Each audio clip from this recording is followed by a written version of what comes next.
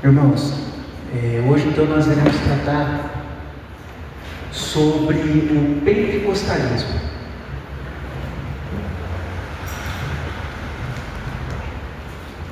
Sobre dons de cura, línguas e profecias.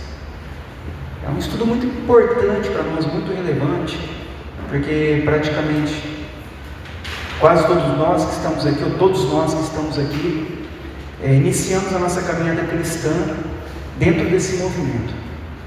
E hoje é o que predomina. Nós temos uma ideia das igrejas evangélicas. Nós temos acho que são três igrejas aqui em São Joaquim da Barra que não aderiram a esse movimento. O restante das igrejas, mais de 100 igrejas, participam desse movimento, tanto diretamente como do seu desmembramento. Então, para nós será algo muito interessante e importante nós conhecermos para defendermos a fé bíblica. Então, é muito difícil para as pessoas hoje entenderem sobre esse assunto, porque nós aqui no Brasil nós somos evangelizados por um movimento teológico chamado pentecostalismo. Tudo isso que nós vemos nas igrejas hoje, todas essas igrejas, Assembleia, Quadrangular, Universal, da Graça, Maranata, todas elas surgem desse movimento. E esse movimento ele surge nos Estados Unidos no ano de 1906. Então, há 100 anos atrás inicia esse movimento. Até então não existia esse movimento. Então é um movimento muito novo na história. A igreja tem mais de 2.000 anos de história e esse movimento tem apenas 100 anos de existência. E surge nos Estados Unidos em 1906 no chamado Avivamento da Rua Azusa.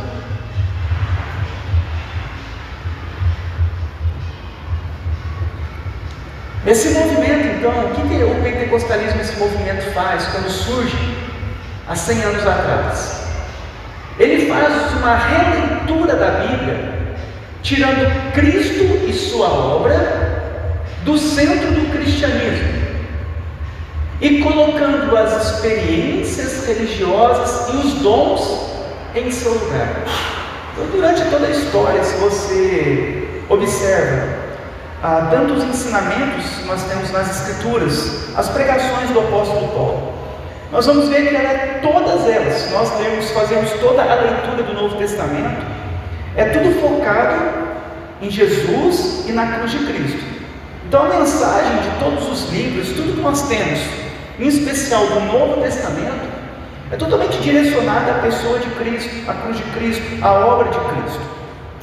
Mas esse movimento, ele vai fazendo essa releitura, ele vai tirar isso do centro, Cristo e sua obra, e ele vai colocar no centro o quê? As experiências religiosas e os dons. É o que nós observamos nessas igrejas. Então elas são marcadas por isso, pessoas com experiências religiosas, pessoas com dons e as manifestações de dons e tudo mais. Então é isso o que vai acontecer nesse chamado movimento pentecostal. Esse movimento ele coloca então as experiências religiosas acima da Bíblia, e as igrejas então vão se tornar pragmáticas e sincréticas. É mais ou menos a mesma coisa do catolicismo romano. Eles não querem, o catolicismo romano eles colocam o quê? As visões que o Papa teve, os documentos papais acima das Escrituras, a tradição acima das Escrituras. E esse movimento ele vai trazer mais ou menos a mesma coisa, só que ele vai trazer agora os dons e tudo mais com uma releitura. E elas então vão se tornar o quê? Essas igrejas pentecostais, elas vão se tornar pragmáticas e sincréticas. E o que se torna aí? O que significa então pragmática? A palavra pragmática significa fazer o que dá certo e não o que é certo. Então nós vamos perceber que eles entendem que estão certos pelo resultado. Olha como a igreja cresceu, olha quantas pessoas tem na denominação religiosa. Olha quantas igrejas abriram. Então eles vão ver sempre para aquilo que dá certo. O que está dando certo? Vamos fazer. Não o que é certo. Então, com o pragmatismo, o que aconteceu? Eles começaram a colocar na igreja, nos cultos, várias práticas que não foram ordenadas na Bíblia, como culto para o Dia dos Pais, ou culto para o Dia das Mães, ou qualquer outro tipo de culto, em homenagem a pessoas. Então começa com isso. Nós também percebemos o quê? Culto da prosperidade, culto de libertação, culto de cura. Então, você está precisando de um emprego. Hoje, então, vai ser o culto da prosperidade. Você vem nesse culto que você vai receber a tua bênção financeira, o teu emprego. Então, olha o que aconteceu. E as pessoas gostam disso? Gostam.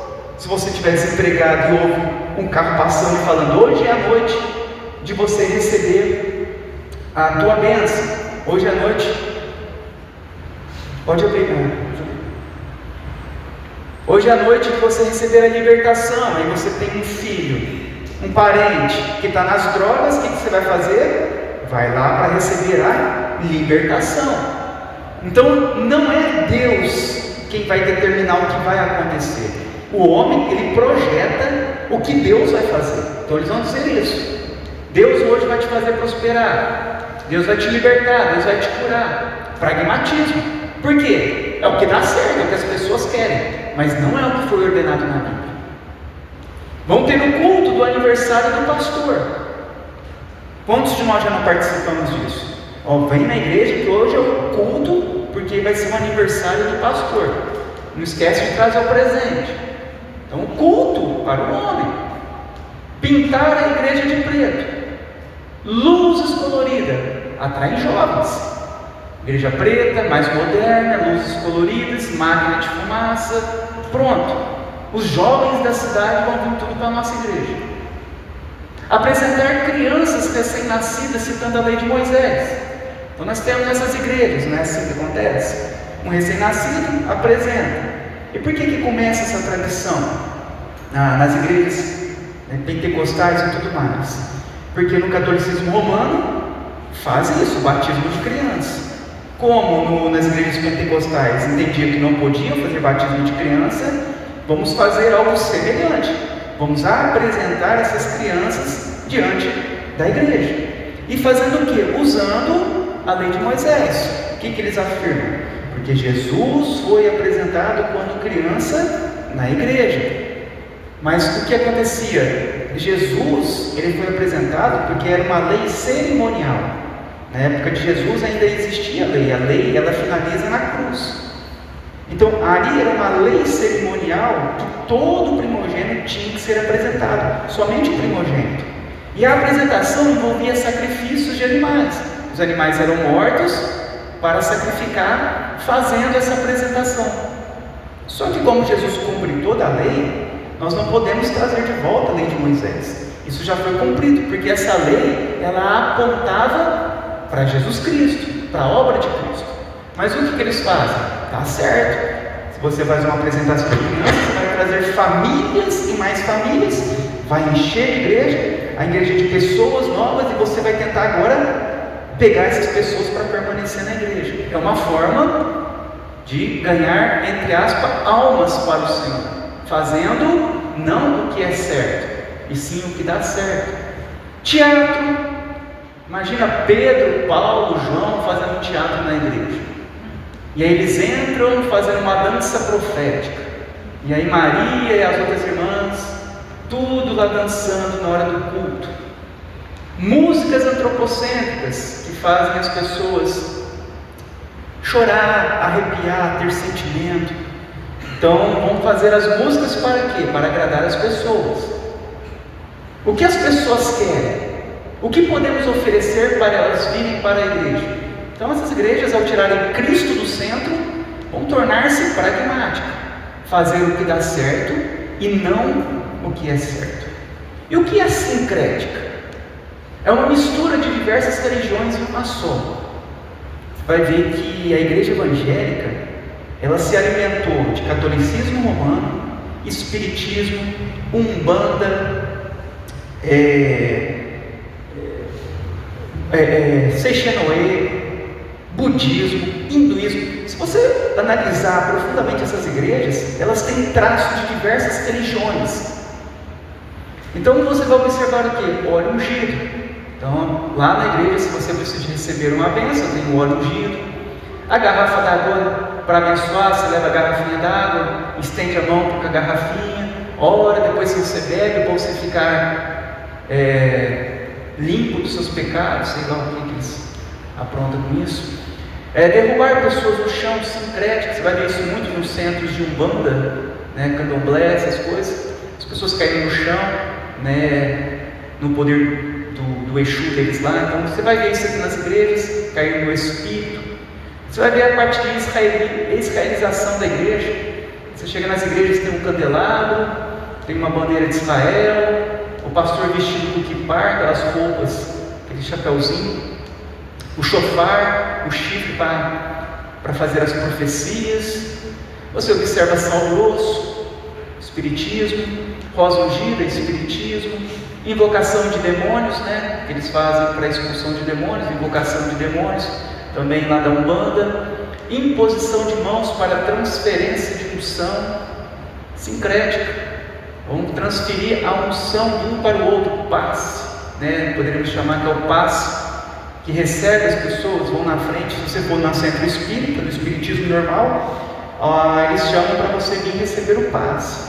Aí fica lá o representante e fica colocando as mãos para receber o passe. É mais ou menos isso, eles chamam de transferência de unção. Rodar, sapatear, êxtase, arrepio, tremer, pó de ouro, né? Nós crescemos ouvindo sobre pó de ouro nas mãos durante o culto. Igrejas o que? Sincréticas. Se você tira Cristo do centro, você vai ter que acrescentar outras coisas. E você vai ter que acrescentar coisas que as pessoas querem, coisas que vão atrair as pessoas. Então, você vai observar aqui somente esses movimentos pentecostais, neopentecostais, você vai encontrar tudo isso que eu passei aqui. Se você pega as igrejas históricas, as igrejas bíblicas, no caso as batistas reformadas ou as presbiterianas do Brasil, você não vai encontrar nada dessas coisas. Todas as igrejas históricas, bíblicas, não existe nada disso. Então esse movimento pentecostal, ele dá início a uma ramificação sem fim de denominações religiosas. Então é sem fim.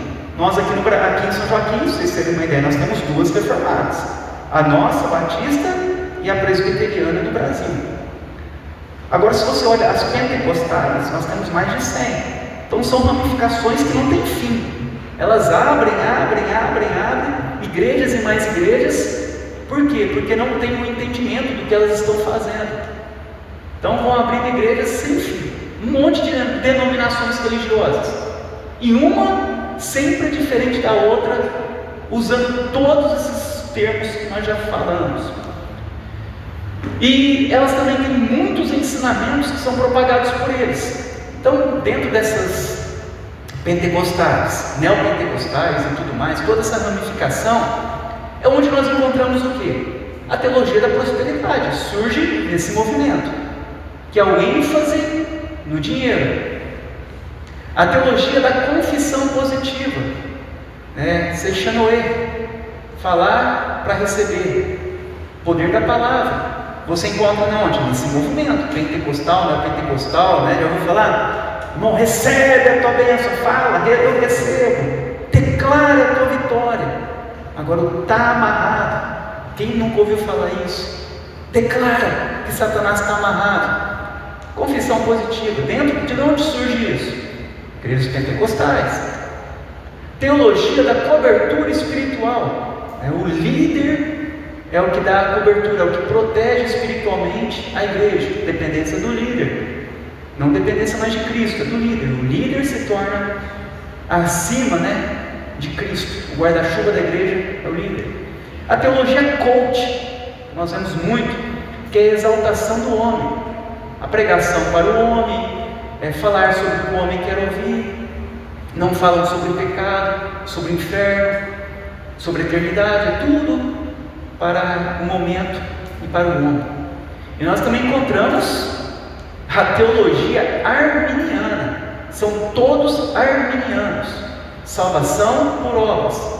Para você ser salvo no pentecostalismo, neopentecostalismo, eles ensinam que é uma cooperação. Deus faz quase tudo, mas você precisa de fazer para completar a tua salvação. Então, tudo que nós encontramos de erros, falhas teológicas, sincretismo, todas essas coisas nós encontramos onde? Dentro desse movimento. Então é algo impregnado e é algo difícil de lidar, porque as igrejas bíblicas são minorias, né? Agora imagina como que estão infestados, e cada dia vai uma igreja nova, rachou uma ali, já estão abrindo outra, e vai assim, não tem fim o negócio, e todas elas seguem todos esses tipos de ensinamentos. Uma outra coisa muito interessante é que o movimento pentecostal, eles ignoram totalmente a história da igreja. Dificilmente você ouvirá em qualquer uma dessas igrejas ela ensinando sobre a história passada da igreja, citando os grandes teólogos da história, os grandes homens de Deus, tais como Agostinho de Hipona, Martinho Lutero, João Calvino, Jonathan Edwards, George Whitefield, Charles Spurgeon, entre outros. Nós, a maioria, viemos da igreja metodista. A metodista, ela segue o nome do que? O vínculo de John Wesley. John Wesley funda a igreja metodista. Mas para você ver que, apesar de John Wesley ter muitos erros teológicos, as igrejas hoje, ou a metodista, ela nunca citou, uma vez, estava na vida, nunca falou sobre John Wesley, porque é uma ramificação já de uma igreja errada, só que é uma ramificação muito mais distante ainda. Então você vai ver que eles nunca citam a história da igreja. Mas o que aconteceu? Eles falam somente de quando o pastor deu início à igreja. Vocês vão ver muito falando sobre o que nessas igrejas? Sobre o pastor que fundou a igreja. É como se a igreja tivesse iniciado naquele momento. Eles esquecem que a igreja tem 2000 anos de atrás, 2000 anos já de história. A igreja, que nossa Bíblia, ela foi traduzida por alguém, que houve já a discussão de todas as doutrinas históricas. Então isso tudo é abandonado nessas igrejas. E por que eles não falam isso? Porque o que eles ensinam estão em desacordo com a história da igreja. Então quando eu faço aqui citações de Lutero, João Calvino, Agostinho, ou qualquer um outro dos pais da igreja, pós, pré-reformadores e tudo mais, é para mostrar que nós estamos alinhados à história da igreja. Nós não estamos falando algo da nossa cabeça ou iniciando uma nova religião, mas nós estamos o que? Abordando aquilo que a igreja sempre acreditou, da forma que a igreja sempre interpretou. E essas igrejas, então, esse movimento ignora totalmente tanto é que você perguntar o que foi para eles a reforma protestante, eles não vão nem saber o que é isso, por que é protestante, o que é ser evangélico, não sabem nada, infelizmente. E a respeito então agora dos dons, depois nós vimos lá como o movimento pentecostal. Agora a respeito dos dons, nós faremos uma leitura bíblica sobre o dom de profecia, cura e línguas. Então é importante nós sabermos que esses 3 dons não ocorreram durante toda a história da igreja, mas no período dos apóstolos. Talvez você nunca tenha ouvido isso, mas depois dos apóstolos, esses dons cessaram de forma ordinária. Não há mais esses dons de forma ordinária como havia na época dos apóstolos, durante toda a história da igreja após os apóstolos. E por que esses dons eram importantes na época dos apóstolos? Porque os sinais naquela época eram necessários para autenticar o ministério e os ensinamentos dos apóstolos. Olha o que diz em 2 Coríntios 12:12. Pois as credenciais do apostolado foram apresentadas no meio de vós, com toda persistência, por sinais, prodígios e poderes miraculosos. Então, eram necessários dons nessa época, tudo isso, para que pudesse ser autenticado, porque eles estavam ali trazendo a edificação, formando as igrejas. Imagina Paulo chegando em uma cidade a qual nunca tinha ouvido falar de Jesus. Então, ao chegar nessa cidade, ele manifestava os dons miraculosos, para que as pessoas então pudessem crer naquilo que ele estava ensinando, para autentificar, falando: isso aqui é verdadeiro, pelos sinais. Então os sinais autenticavam os ensinos dos apóstolos. É por isso que as igrejas eram fundadas. Porque imagina, chegar lá no local e falar sobre um homem que morreu em uma cruz e ficar por isso mesmo, naquela época seria muito difícil. Então não havia documentos, não havia escritos, não havia o Novo Testamento ainda escrito. Então os sinais testificavam, e as pessoas, por meio dos sinais, falavam: o que eles dizem é verdade. E elas então acreditavam, criam, e as igrejas eram fundadas naquela época. Então eram credenciais para eles poderem aceitar o ensinamento dos apóstolos. Vamos falar sobre o dom de curas e milagres. Então, o que é importante nós sabermos? Que as curas e os milagres eram feitos exclusivamente pelos apóstolos. Em Atos 2:43 diz assim: em cada alma havia temor, e muitos prodígios e sinais eram feitos por intermédio dos apóstolos. Atos 5:12: muitos sinais e prodígios eram feitos entre o povo pelas mãos dos apóstolos. Então a ideia pentecostal de que as curas eram realizadas por muitos e diferentes crentes, simplesmente nós não encontramos na Bíblia. Os registros da Bíblia falam que somente os apóstolos, como tendo realizado curas e milagres, e junto com eles 2 assistentes enviados pelos próprios apóstolos, Estevão e Filipe, e talvez Barnabé. Fora eles, ninguém na igreja primitiva teve o poder de curar. Essa ideia de que as curas aconteciam continuamente e eram realizadas por crentes em geral, ela não tem na Bíblia. Então esse movimento surge, e ele surge trazendo de volta esses dons. Então você vê que surgem os pastores super-heróis, e eles falam que têm o poder de curar as outras pessoas. E eles falam: não, olha lá, está escrito na Bíblia que eles impunham lá as mãos e curavam todas as pessoas. Mas quando nós lemos na Bíblia, os únicos que tinham esse poder de cura eram os apóstolos, para testificar o ensino. Então eles eram os únicos que tinham esse poder. Não há registro de outras pessoas do povão fazendo sinais como eles fazem. Não, meu irmão, você vai lá, você vai conseguir, você vai colocar as mãos, a pessoa vai ser curada e tudo mais. Então eles forçam a barra nesse sentido, porque a Bíblia diz que somente os apóstolos tinham esse poder, e só há registros históricos somente dos apóstolos fazendo esses sinais. Então essa história de que as curas aconteciam de qualquer jeito, de qualquer forma e por qualquer pessoa, surge nesse movimento pentecostal. Mas na Bíblia não está ensinando isso. Nós não temos o testemunho de ninguém fazendo sinais, a não ser os apóstolos, Estevão, Filipe e talvez Barnabé. Vamos lá, outra coisa importante de nós entendermos. Esse dom, ele curava todos de qualquer tipo de doença, e não alguns. Olha o que diz em Atos 5:12. Afluía também muita gente das cidades vizinhas e a Jerusalém, levando doentes e atormentados de espíritos imundos, e todos eram curados. Então a Bíblia também ensina que o dom que eles tinham era um dom que curava todas as pessoas. Quem tem o dom de cura não cura uma pessoa de 100, vem aqui na frente, ora para 100 e uma recebe a cura.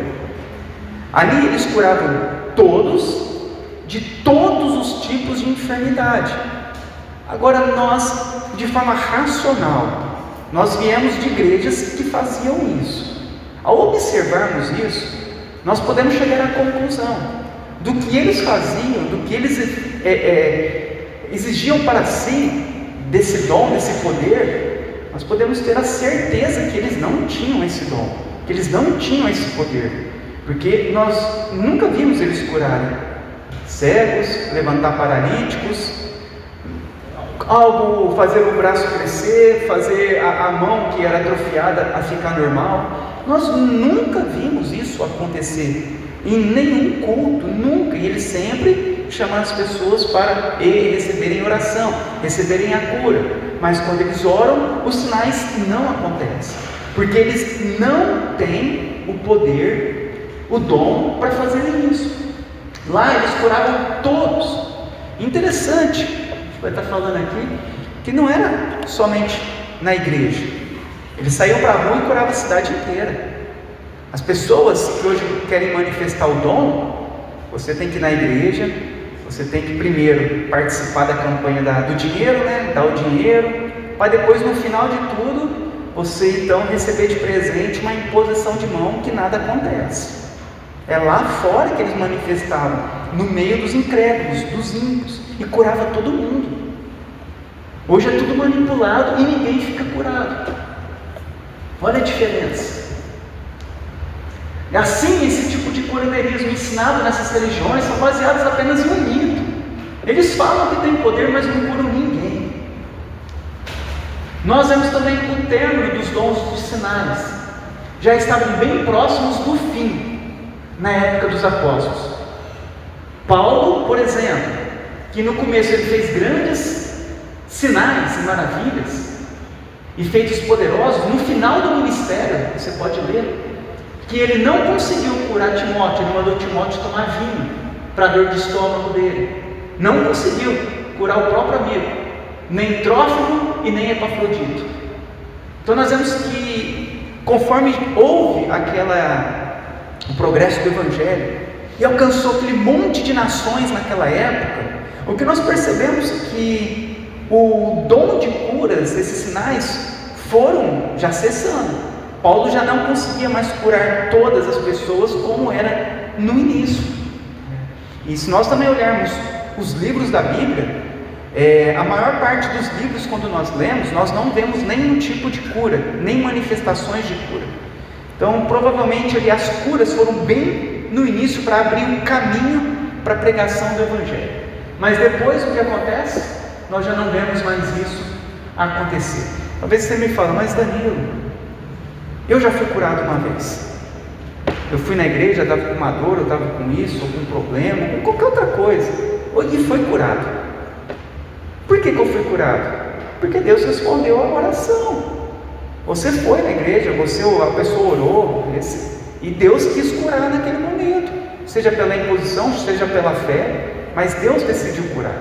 Agora, o que não acontece, como eles falam, é o dom. É diferente você ser curado de você ter o dom. Eu posso nós aqui orarmos. Algum de vocês pode estar doente, passando algum problema, alguma aflição, e receber a cura, recebeu a solução do problema. Mas agora eu falar que eu tenho o dom e que todos aqui agora, que estão aqui, vão receber a cura e vão ficar curados, vão sair daqui curados, isso não tem como, isso não acontece. Então é diferente a pessoa falar que tem o dom, da pessoa orar pela outra pessoa para receber a cura ou qualquer outra coisa. O que acontece nessas igrejas é que eles afirmam ter o dom. Eles falam, quem aqui está com algo, precisando de alguma oração? Quem aqui está precisando de cura? Vem aqui na frente que nós vamos orar e você vai receber. É desse jeito. A pessoa vai na frente, recebe. Quem ficou curado? Aí 1, 2, levanta a mão. Você que não ficou curado ainda, você recebeu a semente da cura. Agora você continua orando que Deus vai te curar. É desse jeito. Então é uma trapaça que faz com as pessoas, engana as pessoas. Porque desse jeito até eu tenho o dom de cura, né? Falar que é uma semente, que Deus é curar daqui a um dia, daqui a um tempo, isso é uma tapeação, é um engano. Então engana as pessoas. Só que as pessoas não entendem, não lêem a Bíblia, não tem ninguém para instruir, e elas são manipuladas pelo sistema religioso. E elas então ficam o quê? Dependentes do pastor. Tanto é que quando há esses pedidos de oração, você já fica lá. Não, aquele lá não. Aquele pastor, eu acho que é mais chance de eu receber com aquele pastor. Não era assim? Você escolhia a fila de onde você queria receber a bênção, para você ver. Isso traz o quê? Uma dependência do homem a Deus, do homem para o homem. Os homens, a igreja, ela fica cativa a uma pessoa, porque eles acham que aquela pessoa é quem tem o poder de curar, ou de abençoar, ou de qualquer coisa assim. Então, olha o que é importante. Os sinais tinham como objetivo autenticar a mensagem dos apóstolos. Não era para dar uma vida melhor para as pessoas. Olha outra coisa errada que eles ensinam. A igreja hoje moderna, ela fala: Deus curou. Então, se você está precisando de uma cura, vem para a igreja, que Deus vai te curar. O sentido da cura hoje, que é apresentado para as pessoas, é para que as pessoas tenham uma vida melhor nesse mundo, para que elas sejam curadas, para que elas possam prosseguir suas vidas agora sem problema. Então é para dar uma vida boa para as pessoas. Mas o sentido da cura naquela época não era trazer essa vida melhor para aquelas pessoas, mas era para mostrar que a mensagem que estava sendo pregada era a mensagem verdadeira. Hoje eles inverteram, não pregam a mensagem verdadeira e oferecem para as pessoas o que elas querem receber, que é uma vida melhor, sendo curadas. Quando a Bíblia fala, então, nós já ouvimos muito também, diz assim: olha, faríamos obras maiores do que Jesus. Eu ouvia muito falar sobre isso. Olha, a Bíblia diz que se nós cremos, faremos obras maiores do que Jesus. E eles voltavam isso para quê? Para os milagres. Mas olha, quando fala obras maiores, não são milagres. Ali está dizendo o que nessa passagem? É sobre a extensão da pregação do Evangelho. Jesus veio na época de Jesus somente para os judeus. O ministério de Jesus era somente ali em torno dos judeus. Agora a igreja iria pregar o Evangelho para todas as nações. É isso que significa obras maiores do que a de Jesus. É a extensão agora da pregação do Evangelho. Não é mais somente para os judeus, mas agora era para todos os povos, para todos os lugares. Irmãos, olha a barbaridade que eles ensinam. Eles me ensinavam isso, falando que eu era capaz de fazer milagres maior do que Jesus. Irmão, Jesus é Deus. Como alguém pode fazer um milagre maior do que Deus? Olha o absurdo que é ensinado, falando que nós faremos milagres maiores do que Jesus. Ninguém, nem os apóstolos fizeram, chegaram à capacidade de fazer os mesmos milagres que Jesus, quanto mais nós. Então eles trazem essas passagens fora do contexto e enganam as pessoas, e as pessoas acham que vão receber os grandes milagres, porque o que as pessoas querem é milagres. Culto do milagre, quem que não quer? Os sinais não eram também cotidianos, mas sim aconteciam quando os apóstolos chegavam em uma nova região para pregar o Evangelho. E então os sinais de curas, milagres aconteciam para que as pessoas pudessem crer em Jesus, autenticando assim a ministração da palavra pelos sinais. Não eram sinais feitos dentro da igreja, em sua maioria ao som de um teclado tocando, porque isso está aí também, né? É alguém falando, um som de um teclado tocando, emociona todo mundo, então ministraria uma oração e impõe as mãos para as pessoas ficarem curadas. Não era isso que acontecia, era lá no meio dos ímpios. Os sinais aconteciam em regiões onde ainda não se havia pregado o Evangelho. Leia para você ver. Foi em Atos, nós vemos os milagres acontecendo em Atos. Atos é o momento do desbravamento do Evangelho em todas as nações. Então não acontecia toda hora os sinais. Os sinais eles eram focados para poder então pregar o Evangelho. Era tudo em torno da pessoa de Cristo, não em torno do sinal. Hoje tudo ficou em torno do pastor que faz o sinal. Mas Deus cura hoje? Deus faz milagre, irmãos? Sim, mas como? Em resposta às nossas orações. E tudo o que pedir em oração, se crerem, vocês receberão. Mateus 21, 22. Não andeis ansiosos por coisa alguma, mas em tudo pela oração e súplicas e com ações de graça, apresentem os seus pedidos a Deus. Filipenses 4:6. Portanto, confessem os seus pecados uns aos outros e orem uns pelos outros para serem curados. Uns pelos outros, não é o pastor que tem poder. Todos podem orar uns pelos outros, porque a oração do justo, que justo? Daqueles que foram salvos, foram justificados por Cristo, é poderosa e eficaz. Tiago 5,16. Então, quando nós nos reunimos para orar, quando nós fazemos uma visita para orar, quando um irmão precisa de oração, nós clamamos ao Senhor. Se Deus for da vontade dele curar, Ele vai curar. Se não for, Ele vai nos ajudar a enfrentar o problema. Mas é assim que Deus cura hoje, que Deus faz milagre, por meio da oração. E qualquer um que é salvo, a oração é poderosa e eficaz, não é somente o pastor. Hoje nós não precisamos que ninguém ponha a mão na nossa cabeça para ficarmos curados, porque ninguém tem o dom de cura hoje. Observe, tanto de pessoa que morreu de Covid. Se esses pastores tivessem poder para curar alguém, eles iam lá, ficavam lá na porta do hospital, na época da pandemia, curando todo mundo. Chegava alguém com Covid, tal. Mas o que você observa? Os primeiros a esconder. Aqueles que falavam que tinham poder de cura, de curar as pessoas, são os primeiros a não querer sair de casa, né? Com medo de pegar o vírus. Então você vê, é uma enganação, nem eles sabem no que eles creem. Então o único que tem poder para curar hoje, irmão, é o próprio Deus, né? É Ele que nos cura por meio da oração. Por isso é importante nós orarmos por nós e também uns pelos outros. Dom de profecia.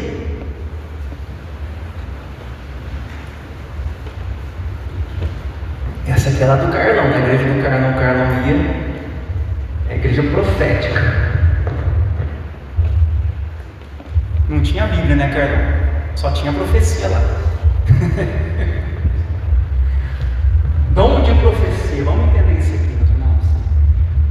Hebreus 1, 1 e 2. Havendo Deus outrora falado muitas vezes e de muitas maneiras aos pais pelos profetas, nos últimos dias Ele nos falou pelo Filho, a quem constituiu o herdeiro de todas as coisas, pelo qual também fez o universo. Então antes, você vai observar, Deus tinha um profeta, falava por visão, falava por sonhos.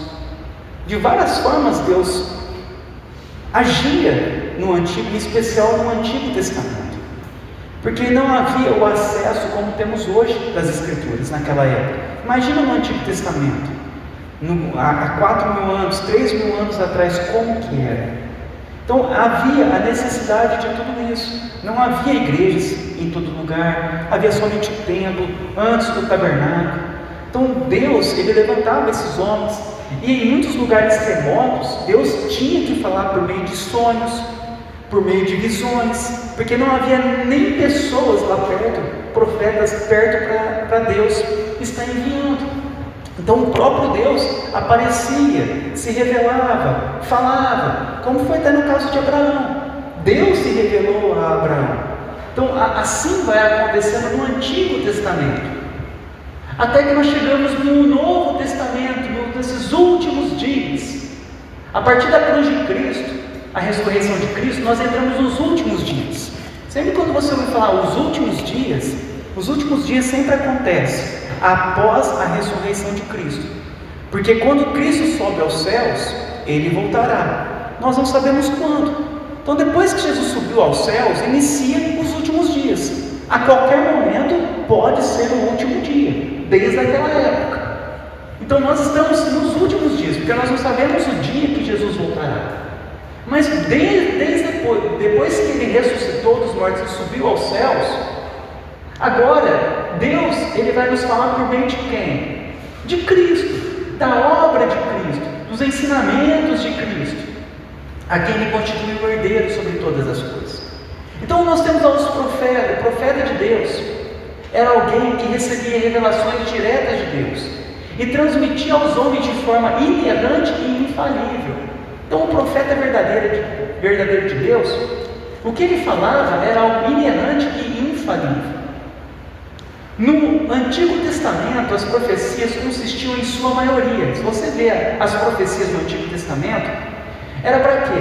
Para chamar o povo ao arrependimento dos pecados, anunciar o Messias que viria, as profecias sobre Cristo e sobre o juízo final de Deus, o dia em que Deus haveria de julgar todos os povos. Então praticamente todas as profecias do Antigo Testamento era referente a isso: arrependimento, Cristo e o juízo final. No Novo Testamento, quando nós olhamos as revelações proféticas, elas eram predominantemente doutrinárias, para edificar as pessoas em Cristo. Então os ensinamentos, as revelações, elas eram doutrinas para edificar então as pessoas em Cristo. Então essa ideia de revelação pessoal, Deus mandou te dizer, ou entregar uma profecia como nós vemos hoje, não é Bíblia. Existiu na Bíblia uma pessoa no Novo Testamento que fazia isso, que entregava a revelação pessoal. Era uma jovem endemoniada que adivinhava e dava grandes lucros aos seus donos, lá em Atos 16:16.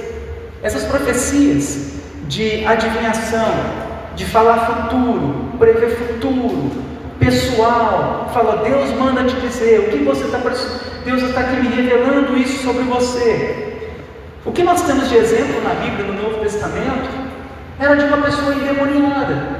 Não era de profecias bíblicas, de profetas cristãos, mas de pessoas endemoniadas. As pessoas tomarem muito cuidado com isso. Elas estão achando que estão recebendo, né? Deus está me mostrando. Se você vê aqueles vídeos na internet, a pessoa baixa a cabeça, agora chegou, está falando no meu ouvido, entrou na minha vida, e Deus está te mandando falar isso. Então muitas vezes são demônios. A pessoa está endemoniada naquele momento, está recebendo demônio, espírito maligno no corpo dela, e está ministrando para as pessoas, muitas vezes adivinhação, falsas profecias, diante de tudo isso. Porque hoje, nós sabemos que é somente as Escrituras. Hoje é somente Cristo, porque tudo na Bíblia, tudo que Deus deixou para nós, é para convergir em Cristo, a fim de nós sermos salvos. Não há mais algo além de Cristo. Tudo agora aponta para a obra perfeita de Cristo.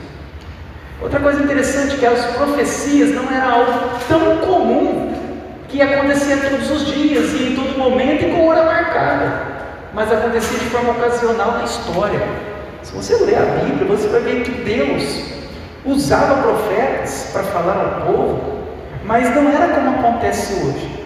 Tem igrejas proféticas que a profecia é toda hora, todo culto a pessoa vai porque ela quer receber uma profecia. Todo culto tem várias profecias, falsas profecias, adivinhações. E naquela época, quando nós olhamos as profecias, não era assim que Deus falava. Deus falava, nem sempre Ele falava, muitas vezes Ele se calava, e nem tinha hora marcada. Hoje as pessoas falam, olha, hoje será culto profético, hoje será o culto da revelação, hoje o irmão que revela vai estar vindo na igreja, a campanha da revelação, vai vir lá de São Paulo o profeta. Não é assim que acontece? Então eles marcam até o momento da profecia, ele vai vir para revelar o que você precisa ouvir. Então não tem nada a ver, com o que está escrito na Bíblia. Esse movimento, ele totalmente desprezou as Escrituras, em todos os aspectos. Os dons de profecia e revelação, eles terminaram com a conclusão da Bíblia. A manifestação desse dom nos dias de hoje, nessas igrejas, são totalmente diferentes do que está escrito na Bíblia. As profecias e revelações traziam ensinamentos e doutrina para as igrejas. As igrejas eram edificadas sobre o fundamento dos apóstolos e profetas, ou seja, eram ensinos e doutrinas. Se as profecias e revelações estivessem em vigor em nossos dias, não poderíamos dizer que a Bíblia é nossa única regra de fé. Teríamos que aceitar as novas revelações. Outra coisa, se alguém diz ser um profeta de Deus e o que ele está falando é uma profecia, as profecias, quando nós falamos na Bíblia, elas têm o mesmo peso dos escritos. Tanto é que as profecias, elas foram escritas na Bíblia. Então, uma pessoa fala que é profeta, que faz uma profecia, teria que se anotar aquela profecia e agregar ela à Bíblia, porque é Deus falando. Então, tudo que Deus fala é a palavra de Deus. Se Deus está falando através daquele profeta, nós devemos anotar aquela profecia e então inserirmos e acrescentarmos na Bíblia, porque é a palavra de Deus, é um profeta falando. Se ele é um profeta, se é Deus falando, é algo santo, é algo profético, é algo que tem que ser escrito e acrescentado na Bíblia. Mas se nós entendemos que então está válido as profecias e revelações, então a Bíblia não pode ser a nossa única regra de fé. Teria que ser a Bíblia mais as profecias que são feitas hoje. É exatamente isso que aconteceu em muitas seitas. Você pega a igreja adventista, eles têm, além da Bíblia, a profeta Ellen White. Os escritos de Ellen White estão no mesmo patamar da Bíblia. Então eles creem nisso, que aquelas profecias que a Ellen White teve, eles anotaram e acrescentaram à Bíblia. Então, para eles, é o que a Ellen White fala, mas a Bíblia. Se você pega os mormons, a mesma coisa. Eles acreditam também no que José Smith, o fundador dos mormons, escreveu. É a Bíblia mais os escritos de José Smith, juntamente. Então, geralmente, todas as igrejas que acabam indo para essa parte, eles não têm a Bíblia como única regra de fé. É por isso que é difícil entrar na cabeça deles que isso não tem. Eles falam, não, mas isso é uma profecia, e ouvem a profecia. Mas se aquilo é uma profecia de Deus, você tem que acrescentar ela à Bíblia, porque toda a palavra de Deus deve estar na Bíblia.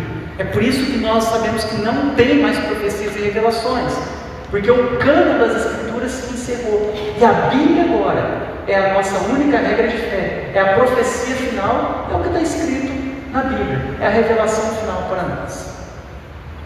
Vamos agora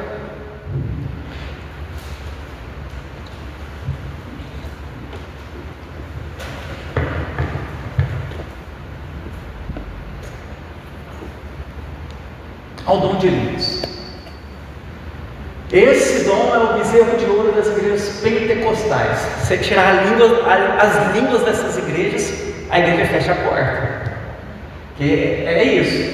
Tem culto que é só línguas. Eles entendem o quê? Que para ser batizado com o Espírito Santo, eles dizem que você tem que orar em línguas. Então, se você não ora em línguas, você não foi batizado com o Espírito Santo. Engraçado, né? Porque no Antigo Testamento, todos os profetas tinham o Espírito Santo, nenhum orava em língua. Jesus tinha o Espírito Santo, não orava em línguas. E por que ele não orava em língua? Não havia necessidade, né? Ele veio somente para os judeus, não precisava de outros idiomas. Mas você vê que é um grande engano eles tratarem a respeito disso. Isso é um entendimento que surge agora 100 anos atrás a respeito disso. Mas vamos lá, a oração em língua dos nossos dias, chamado de línguas Lavashúria, ela nunca existiu, nem na Bíblia, nem na história da igreja. Não sei se você sabia disso, mas esse tipo de língua, Labalaia, Lili, Lavashúria, nunca, nós não temos um relato na história da igreja ortodoxa sobre isso, nem na Bíblia, nem na história da igreja. Nunca, outra coisa, nenhum cristão orou também nessa língua em toda a história da igreja. Se você pegar os principais cristãos da história, vamos dizer assim, os principais pastores, pregadores, missionários, teólogos, o que nós temos de melhor na história da igreja? Nenhum deles oraram em línguas, nenhum. Essa língua, Labachúria, ela foi criada no movimento pentecostal nos Estados Unidos no ano de 1906. Então essa língua, ela faz 100 anos que ela vem a existir. O que era o dom de línguas na Bíblia? Eram idiomas que o Espírito Santo dava para que os cristãos pudessem proclamar o Evangelho a todas as nações, mas a nações. Como Jesus disse: recebereis o poder ao descer sobre vós o Espírito Santo e sereis minhas testemunhas em Jerusalém, Judéia, Samaria e até os confins da terra. Como aqueles simples pescadores poderiam evangelizar o mundo inteiro, evangelizar todos os outros países. Então Deus, Ele concedeu esse dom. E eles então chegavam em qualquer lugar e conseguiam falar em qualquer idioma para poderem evangelizar todas as pessoas.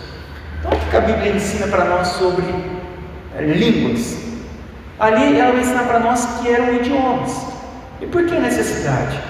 Porque Jesus enviou: vocês agora vão por todo o mundo pregar o Evangelho a todas as nações. Agora, como aqueles pescadores, homens simples, galileus, eles iriam chegar em todas as nações como eles fizeram? Por que o Evangelho propagou dessa forma? Hoje, como acontece? Uma pessoa que quer ser missionária, geralmente ela prepara, ela vai estudar a língua para o local onde ela vai, para ela poder chegar lá e pregar o Evangelho. Porque se eu sair daqui para pregar o Evangelho lá na África, ninguém vai entender nada. Então eu vou precisar de aprender a língua para poder ir até lá e evangelizar. Imagina o tempo que isso demoraria para eu aprender uma língua. Estou tentando aprender inglês faz 20 anos, para conseguir decorar 10 palavras. Agora imagina, né, para você poder pregar ao monte de nações, ao monte de povos. Para que isso pudesse se cumprir, Deus então deu esse dom, para que as pessoas pudessem ir a todos os povos e pregar para todas as pessoas. E foi exatamente o que aconteceu e o relato que nós temos na Bíblia. Então, essas línguas não eram línguas inexistentes, nem desconexas. Ficar repetindo sons desconexos, coisas que não existem, nem sem significado. Não há, sem significado nenhum, ficar repetindo a mesma sílaba várias vezes. E nem eram estáticas, né? Ficar repetindo a mesma coisa, sem mudança, sem significado, sem nada, como uma reza. Não eram repetições de sílabas, e nem repetições de alguma palavra sem sentido nenhum, mas eram idiomas que glorificavam a Deus, conforme vemos em Atos 2, 4 a 11. Vamos abrir para fazer a leitura.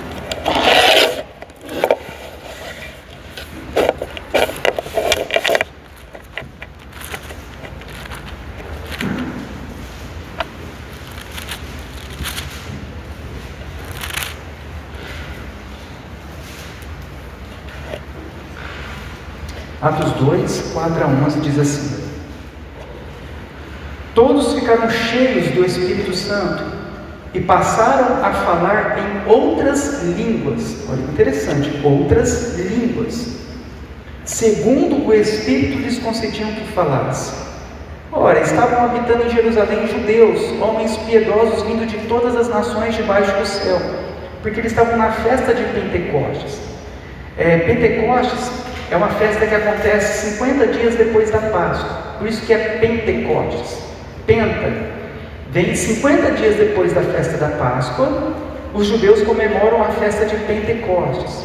E é uma das festas em que todos os judeus tinham que ir para Jerusalém, participar lá do templo, do culto no templo. E é o que estava acontecendo. Por isso que aqui diz que homens piedosos vindos de todas as nações estavam lá. Quando, pois, se fez ouvir o versículo 6, se fez ouvir aquela voz, as outras línguas, afluiu a multidão daquelas pessoas que estavam de todas as nações lá para ir ao templo, que se possuiu de perplexidade, porquanto cada um os ouvia falar na sua própria língua. Olha que interessante, eles ouviam aqueles homens que estavam falando em outras línguas, ouvirem suas próprias línguas.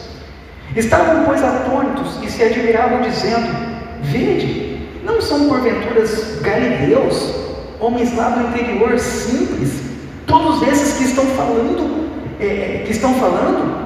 E como os ouvimos falar cada um da nossa própria língua materna? Então não era lá, eram idiomas, eles estavam ouvindo a língua materna, era um idioma.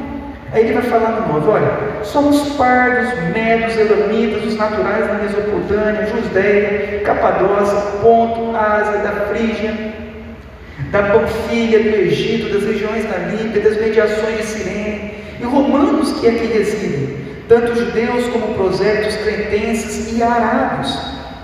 Como os ouvimos falar em nossas próprias línguas as grandezas de Deus? É exatamente isso. Eram idiomas a qual eles proclamavam aos povos o quê? Algo que não existe, algo desconexo? Não, mas as grandezas de Deus, a pregação do Evangelho. Tudo, irmãos, você tem que entender isso, que tudo que acontecia, o foco era o Evangelho de Jesus Cristo. Tudo era para que as pessoas pudessem crer no Evangelho e serem salvos dos seus pecados. Era isso. Irmãos, nem todos tinham esse dom, e esse dom era acompanhado sempre do intérprete. 1 Coríntios 12, 29 e 30 fala que uns tinham o dom de língua, outros tinham dom de interpretação, outros tinham dons de cura. Então cada um tinha um dom, nem todos tinham esse dom. Então quando os pentecostais falam que todos têm que ter o dom, porque se não for batizado em línguas, não tem o Espírito Santo, é uma mentira, é outra mentira deles, porque naquela época nem todos falavam em línguas, alguns apenas falavam em línguas. Outra coisa que nós devemos entender é que durante o culto deveria ser no máximo 3 pessoas falando em línguas, uma vez falando em línguas, um de cada vez, e que tivesse um intérprete, senão deveriam ficar calados. Vamos abrir aí em 1 Coríntios 14. Esse capítulo é desconhecido dessas igrejas.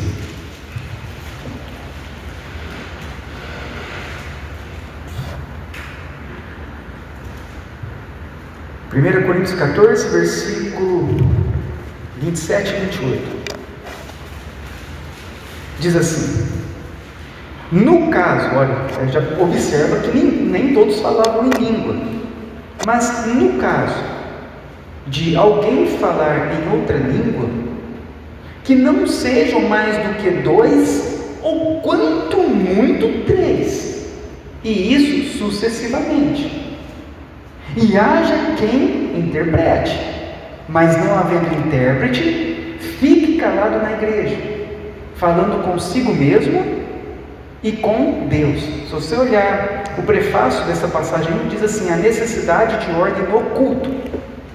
Então ele fala assim, Paulo, olha, no caso de alguém, então você vê que não era também assim, né? Todo mundo falando em língua. Paulo diz na igreja, no caso, se tiver alguém, os irmãos que oram em língua, como deve ser? No máximo 3 pessoas podem orar em público em línguas, sendo que cada uma após a outra, de forma, um fala, depois outro fala, e depois outro fala, e haja quem a interprete.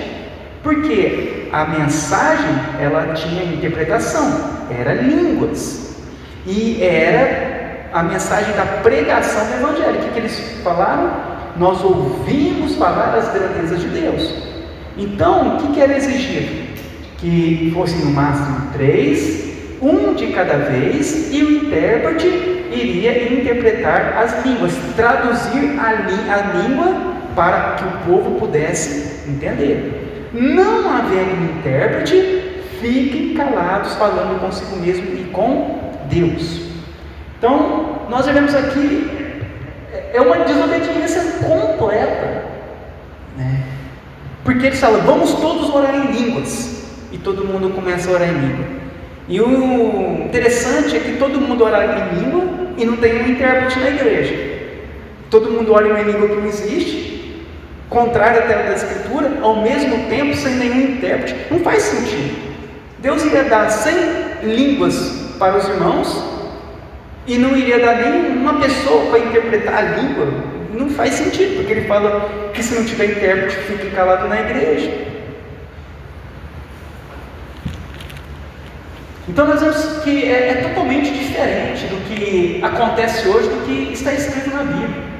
Mas eles dizem, olha, o que fala em língua edifica a si mesmo. Então eles baseiam isso, né, falam edifica a si mesmo, a sua teologia em um único versículo isolado. Eles veem um único versículo e falam, não, é que eu estou edificando a mim mesmo. Mas quando nós lemos todo o capítulo 14, a qual está inserido esse versículo, sobre o assunto, nós vemos que o apóstolo Paulo ele está repreendendo aqueles que assim faziam, pois o dom é para a edificação do corpo, é para a proclamação do Evangelho, não é para si mesmo. Nenhum dom é para si mesmo. Todo dom é para que a igreja fosse edificada, para que o Evangelho fosse pregado, não é para si mesmo. Eles falam isso, e até se fosse essa interpretação correta, seria injusto, porque somente alguns falavam em língua, então somente alguns seriam edificados. Então o que Paulo está falando aqui, que o uso que eles estavam fazendo, a forma que eles estavam pensando a respeito das línguas, estava totalmente errado, em desacordo com as Escrituras. O dom não é para nós, o dom é sempre para a igreja, sempre para o crescimento da igreja. O pastor tem o dom para edificar a igreja, o irmão que ora, dom para edificar a igreja, o irmão que evangeliza, dom para edificar a igreja, cada um dos diáconos, dom para edificar a igreja. É tudo para edificar a igreja, para pregar o Evangelho, para a expansão do Evangelho, nada para si mesmo. Então eles fazem essa interpretação porque eles leem apenas o versículo e não leem todo o texto. Paulo está repreendendo esse tipo de pensamento. Para terminarmos, outros ainda dizem que são línguas de anjo. Eu ouvia muito isso, meu irmão do céu. Eu ouvia falando, eu já ouvi esse ensinamento, que era língua de anjos, para que Satanás não compreendesse o que nós estávamos orando. Vamos orar em língua para que o diabo não saiba o que nós estamos falando diante de Deus. Nem ele sabia, nem Deus sabia o que era aquilo. E se fosse língua de anjo, eles esquecem. Satanás é um anjo caído. É a época que nós não tínhamos internet, não tínhamos acesso a nada, né? A época que a gente acreditava no tio Chico, vocês lembram, né? Olha lá o Ícaro lá, né? Os mais antigos, né? Tio Chico, Guina. Aí nós não tínhamos internet, nós acreditávamos em tudo aquilo que parecia para nós. É a mesma coisa isso. Nós estamos falando com os anjos, igual os anjos. E o diabo não está sabendo, porque o diabo não sabe o que é. Mas eles baseiam isso em um versículo que Paulo diz, ainda que eu falasse a língua dos anjos, lá no capítulo 13 de 1 Coríntios. E nesse versículo, Paulo usa uma hipérbole para mostrar que o amor é maior do que qualquer outro dom. Ainda que eu falasse a língua dos anjos, o amor é mais importante. Ele não fala, Paulo não fala que ele falava a língua de anjos, falou ainda que eu falasse. Na verdade, quando os anjos conversam na Bíblia, né, os anjos aparecem a Abraão, Moisés e tudo mais, o que eles falam? Quando eles aparecem, eles conversam na mesma língua dos homens. Então nós não temos um anjo aparecendo na Bíblia falando labachúria, não tem isso na Bíblia. Você pode olhar todas as vezes que o anjo aparece, quando o anjo apareceu a José, a Maria, o que nós vemos lá? Ele falava. Misericórdia. Então era uma língua que já existia, não era uma língua inexistente. A Bíblia, ela não tem um exemplo de um anjo falando em uma outra língua. Então, são versículos desconexos, sem o entendimento do que a Bíblia fala. É por isso a importância tanto de nós prezarmos pela centralidade em Cristo, na obra de Cristo, na salvação. Se nós nos dispersarmos disso, vamos cair nos mesmos erros. Vamos procurar essas coisas para tentar encher o culto. Mas não, Cristo é suficiente. Cristo é tudo que nós precisamos. Para terminar, isso aqui, o que fica mais evidente para nós é que essa língua não é verdadeira. Vamos lá agora, na prática, entendendo de raciocínio. É que quase todas as falsas igrejas e seitas oram essa língua. Pronto, vamos entender. Essa língua, a língua que a Bíblia fala que é idioma, ninguém ora. Nenhuma religião, nem cristã, nem nada. Mas a língua da Bachúria, a igreja carismática romana. Se você olhar na internet, você vai digitar lá, padre orando em línguas, ou tudo mais, freira orando em línguas, irmãos orando em língua, o pessoal do católico orando em língua. Você vai ver todos eles, a carismática ora em língua. Eles são carismáticos, são pentecostais, então eles oram em língua. Espíritas, os espíritas também oram nessa língua. As pessoas da Umbanda, eles também oram nessa língua. Os hindus, eles também oram nessa língua. Os budistas também oram nessa língua. Toda a linha neopentecostal, sabe, tudo que tem de pior na igreja hoje, todas elas oram nessa língua. Então, de um raciocínio básico, nós já podemos ver que tem alguma coisa errada. Como seitas, falsas igrejas podem ser cheias do Espírito Santo e orar nessas línguas? Quando nós olhamos para toda a história, para tudo mais, ninguém nunca orou, mas o que tem de pior ora. É um raciocínio. Alguma coisa está errada. E o que a Bíblia ensina? Ninguém ora, mas o que a Bíblia não ensina, todo mundo ora e todo mundo fala que é mesmo. Então, quando nós observamos coisas básicas de pensamento, de raciocínio, nós temos que achar alguma coisa muito estranha. Como essas igrejas, falsas igrejas, então o catolicismo romano é cheio do Espírito Santo. O Espírito é cheio do Espírito Santo. Não faz sentido. A Universal é cheia do Espírito Santo. Então, só por aqui a gente começa a pensar. Alguma coisa está errada, não está certo isso. Nós vemos o que? Essas igrejas governadas por mulheres. Se você pegar essas igrejas, essas seitas, tudo tem mulher pastor envolvida, tudo. Essas igrejas, as falsas igrejas, seitas, não conhecem o básico da fé cristã. Se você perguntar, eu quero justificação, salvação, qualquer coisa, ninguém sabe responder. Nunca ouviram o Evangelho da forma correta. Pessoas, em sua maioria, com um mau testemunho, nome sujo, não paga a conta, é trambiqueiro e está lá orando em línguas. Fala, mas como? Pessoa nem convertida e orando em língua, cheia do Espírito Santo. Muito estranho. E todos orando nessa língua inexistente. E ninguém orando em idiomas, e ninguém com dom de interpretar. Talvez essa é uma reflexão para nós, a respeito do dom de línguas.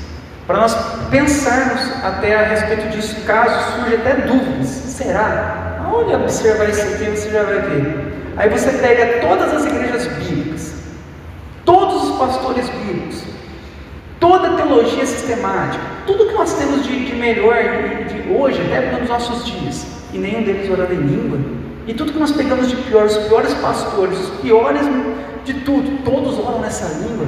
Alguma coisa é muito estranha, porque não está em acordo com a realidade do que deveria ser.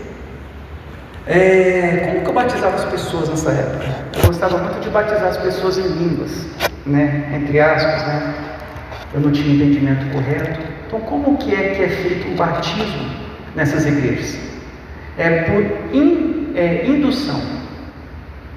Eu induzia, não somente eu, mas qualquer um que tenta batizar, eles induzem a pessoa a orar em línguas. Então acontece da seguinte forma, para quem nunca foi numa igreja pentecostal, neopentecostal, eles perguntam: quem aqui não ora em línguas? Aí a pessoa levanta a mão, vai falar: vem aqui na frente que nós vamos orar para você receber então esse dom. Já começa errado, né? Porque não é o homem que dá o dom, é Deus que dá o dom. Mas vem cá na frente para receber. A pessoa vinha, aí o líder, o pastor, fala assim: agora toda a igreja vai orar em línguas, já quebrando uma outra palavra do Senhor, que fala que é no máximo 3, e com o intérprete fica calado. Não, mas todo mundo orando em língua, desobediência à própria escritura, todo mundo orando em língua. Aí vai lá o pastor, coloca a mão na cabeça da pessoa, começa a orar em línguas aos ouvidos da pessoa e começa a pedir para ela: olha, vai ser igual quando é uma criança que começa a falar. Você vai começar a repetir algumas sílabas junto comigo. Eu orava, a pessoa começava a repetir: labalá, labalá, labalá, labalá. Começa a repetir, aí a pessoa começa a falar: labalá, labalá, labalá. Toda a igreja labalá, labalá. E aí a pessoa é desse jeito. Eu achava que era certo, que era o correto, porque eu fui ensinado assim. O movimento ele ensina dessa forma. Então aí começava todo mundo orando, tudo naquela frenética, os músicos rachando o teto do som, né, destruindo as paredes da altura do som, e aquele movimento, né, e a pessoa arrepiando, e aquele negócio, todo mundo falando. Aí daí acabou tal. Quem começou a falar em línguas? Aí o povo levantava a mão. Quem falou pelo menos uma palavra, né? Aí a pessoa levantava a mão. Agora você precisa de praticar. Então agora vai falando, continua falando. Então era uma induzia. Eu não sabia que aquilo era errado, né? Então eu fazia as pessoas ficarem repetindo o que eu falava, algumas sílabas desconexas, e toda a igreja falando de sílabas desconexas, e todo aquele movimento, e a pessoa achou que ela foi batizada com o Espírito Santo naquele momento, falando labalaias, né? E aí o que acontecia? Isso envolvia. E aí surgiam os cultos, continuavam as práticas, continuavam a falar, e a pessoa daí vai viciando nisso, algo desconexo. Às vezes até nós, né? Ao não perceber, vai desconexão, falando, né? Tal. Mas por quê? Porque isso acaba entrando na mente da pessoa. Mas isso, nem a forma de receber, nem com a forma que eles fazem, nem a língua meu irmão, é tudo errado. Não tem como isso ser certo. É tudo que você imagina que é contrário à Bíblia, errado, de forma errada, ensinado errado, feito errado, é o que acontece. E não tem como ser a língua das Escrituras. Então, para nós devemos permanecer no que a Bíblia ensina para nós, no que as Escrituras nos ensinam, e o testemunho histórico a respeito disso, e observar realmente de coração: para esse povo está perdido, porque isso está errado, o movimento é errado, o movimento é herético, tem muitos erros, muitas heresias, muito bagunçado, e nós devemos então permanecer somente com as Escrituras. Alguém tem alguma dúvida ou quer perguntar alguma coisa? Que não seja difícil.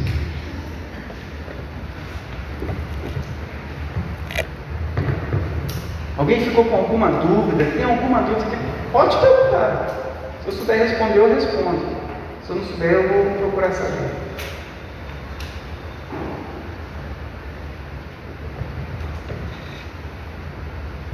Não? Ficou bem esclarecido? Né? Vocês viram de onde Deus tirou vocês, né? Estava tudo perdido, hein? Tudo nesse caminho aí, tudo. E o que seria de nós, hein? Meu Deus do céu. Graças a Deus. E vamos orar então? Vamos ficar de pé?